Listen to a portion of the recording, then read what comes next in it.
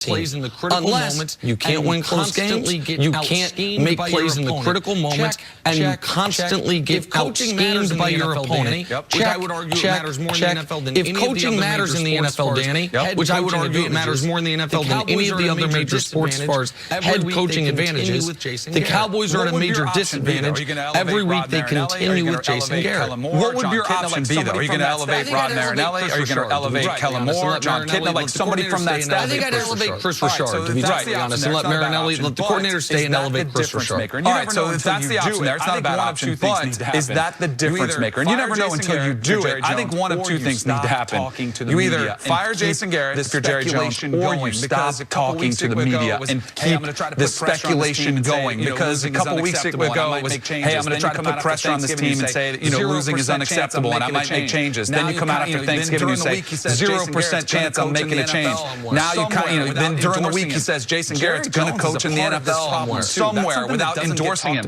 Jerry Jones is a part of this problem too. That's something that doesn't get talked about enough. It is dysfunctional the way he runs this organization, the way he gets involved in a lot of the decision making, the way he holds press conferences after every single game and gives us all stuff to talk about and adds additional pressure to this team who clearly is not handling it well right now. So one of those two things are going to happen. I don't think either of them do, though.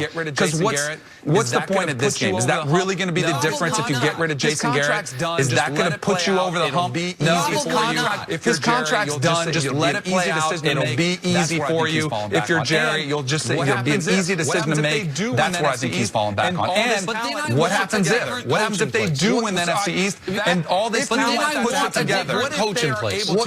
We've seen other teams struggle. If you want that to happen, what if they are able to fight through it? We've seen other teams struggle at times. If they are able to fight through it, go ahead. I was going to say at minimum. So here's the thing. I don't think it's if you're NFC East, you're keeping, because that's the worst division in the history of football. I don't think it's if you win a playoff game. I think you have to go to the NFC Championship game to keep Jason Garrett, and then it's there for you. If he does, no, and my point is because of the talent, if all of a sudden they had an infusion of a great head coach, I'm not saying we have no idea if Cris Richard would even be an average head coach, but I know what Jason Garrett is. At this point, I would take the unknown over the known because what I'm about to show you is unacceptable. The Cowboys points scored, points allowed, yards forced, yards allowed. Compared to, I'll tell you that team is in a moment. They've scored more points. They've allowed fewer points. Who's the other team? They have 1,000 more yards in the season. They've allowed fewer yards. Who's the other team? Show me, please. The 10-2 Seattle Seahawks. You know how a team can have scored fewer, allowed more? They had 1,000 fewer yards, allowed more yards because of two people, Pete Carroll and Russell Wilson. Russell Wilson makes the critical plays in the critical spots, and Pete Carroll always has his team ready to take a punch. Pete Carroll can Jedi mind trick his team into saying, we're going to punt the ball away crazily with a minute 40 left in overtime with no timeouts, and we're still going to win this game, boys. And somehow they do. You can't acquire Russell Wilson, but you can change the head coach to hope to find your Pete Carroll. Well, you were a player. You were in locker rooms.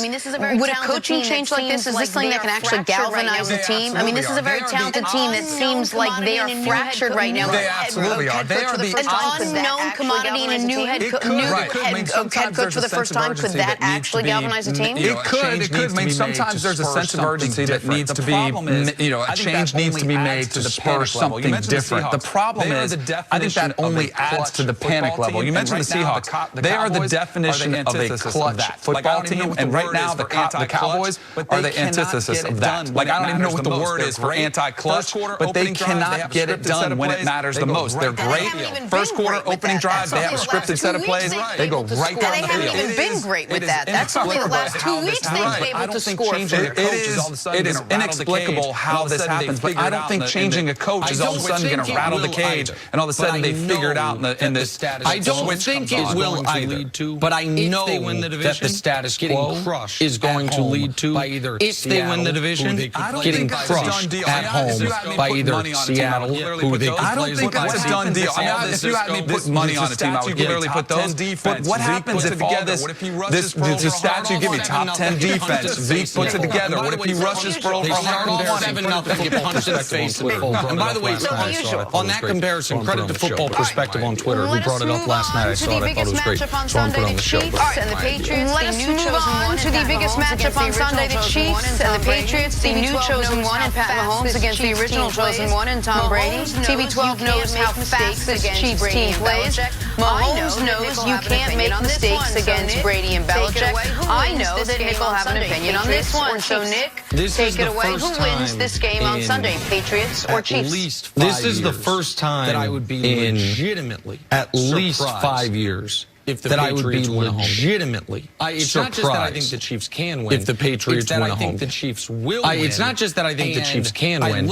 It's that I think the Chiefs will win. I look at how they've played against the resumes of these two teams. I look at how they've played against the best competition. How they've barring some unforeseen played recently. Why wouldn't and I say Kansas City go to Foxborough? Barring some unforeseen circumstances, why? Let's just look at it. Kansas City go to Foxborough and win. In that game the Patriots last month, Danny, 17-0, and then let's just look at 37-20. it. They lost Played Baltimore twice. They were down 17 in that game twice. 17-0 and then 37-20. They lost that game twice. Fitzpatrick They escape against Philly.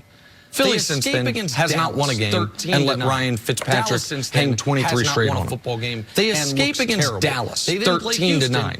Dallas since then has not won a football game and looks terrible. They didn't play Houston, and they're down 28-9 with 4 minutes left in that football game before they had some garbage time points. Kansas City, on the other hand, this year, they are, to me, wildly undervalued because you look at the record compared to last season, which, by the way, might end up being the same thing, 12-4, 12-4. Kansas City's played one bad game all year. The game against Indianapolis on Sunday Night Football, where they just the offense was a no-show the entirety of the game. They have 2 what I would consider great wins, beating Baltimore and then beating Minnesota with their backup quarterback. And they also were tied with Green Bay in the fourth quarter with their backup quarterback. The Chiefs are a team that, while they have had some really bad game management moments late in games, which might be par for the course for an Andy Reid team, they have shown the ability to beat the best teams in football. The Patriots have absolutely not. All right, I've made this mistake that you are making right now. Before in my life, I have doubted the Patriots late in December or last year in the playoffs. Said, man, this team looks like just left for dead. Like they don't have anything left in the tank. I've made that mistake as well. And I'm not making it again until Brady and Belichick decide to ride off in the sunset. The Patriots' problems, as much as Brady's play has been critiqued, and it has not been very good this year, it's because they're relying on him too much. They are passing the football 60% of the time. So that's the most since 2015. It's only happened 3 times in Tom Brady's career. 2015, 2012, and this season. They are relying on him too much with a lack of weapons on the outside. They do not have a 100-yard rusher this season. Guess where the Chiefs' weakness is? Rushing defense. They are 30th in the NFL. I think the Patriots will give Sony Michel a healthy dose. I think they'll get back on track. I think they'll play a little bit of the keep-away game that we saw earlier this season. I think the Colts had success with it. Remember, they go in, they start running the football, they hold the ball for 40 minutes almost of the game. I think the Patriots are going to go to that, which actually maybe will help the Patriots if they figure out they've been relying on Tom Brady too much. He's 42 years old. You can't keep going to him. But like the Patriots do, they figure things out. And I think that's something they're going to figure out, and it's going to happen this weekend. So here's the other concern, though, for New England. And keep going to the well, or else you're going to get exposed, which they haven't to this point. But like the Patriots do, they figure things out. And I think that's something they're going to figure out, and it's going to happen this weekend. So here's the other concern, though, for New England, because I'm not going to sit here and argue the Chiefs' run defense is anything other than awful. It was awful last year.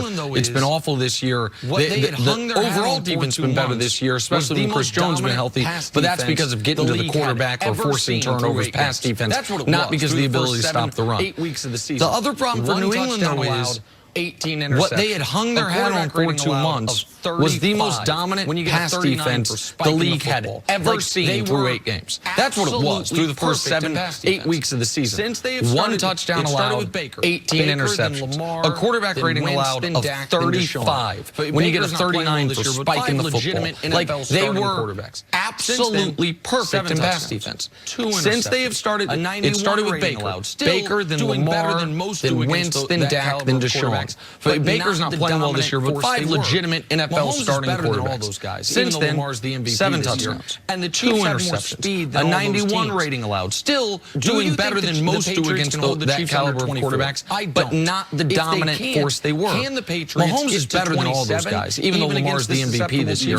And the Chiefs have more speed than all those teams. That against any team with a pulse Do you they think can? the Patriots can hold the Chiefs under 24? I don't. If they can't, can the Patriots get to 27, even against this susceptible Chiefs defense? What evidence do we have recently that against any team with a pulse they can? That's what I have with the Patriots. Yeah, the matchup of the game, which is going to be fascinating, is Patrick Mahomes and Andy Reid's offense against Belichick and that defense. And that will determine the outcome. And you were right. I think I was on here after that 8-game run with the Patriots had, and I was saying, hold on, let's dial it back a little bit on the greatest of all time type of defense. If you looked at the list of quarterbacks they were playing against, it was Luke Falk for the Jets, and it was either Josh Rosen or Fitzpatrick for the Dolphins. It was not exactly a list of juggernauts there offensively.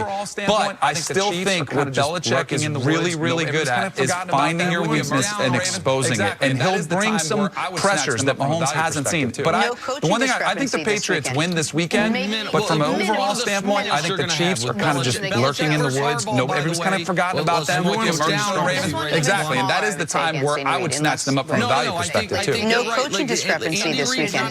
One of the smallest you're going to have with Belichick. Belichick versus Harbaugh, by the way, a small coaching discrepancy right against one. I would say against Andy Reid. No. I think you're right. Like Andy Reid's not intimidated, like Harbaugh, not intimidated by Belichick. All right, let's take a break. Coming up, another loss for the Cowboys. We discuss what that means for the playoff chances that's still ahead on First Things First. The guy who's there every step of the way.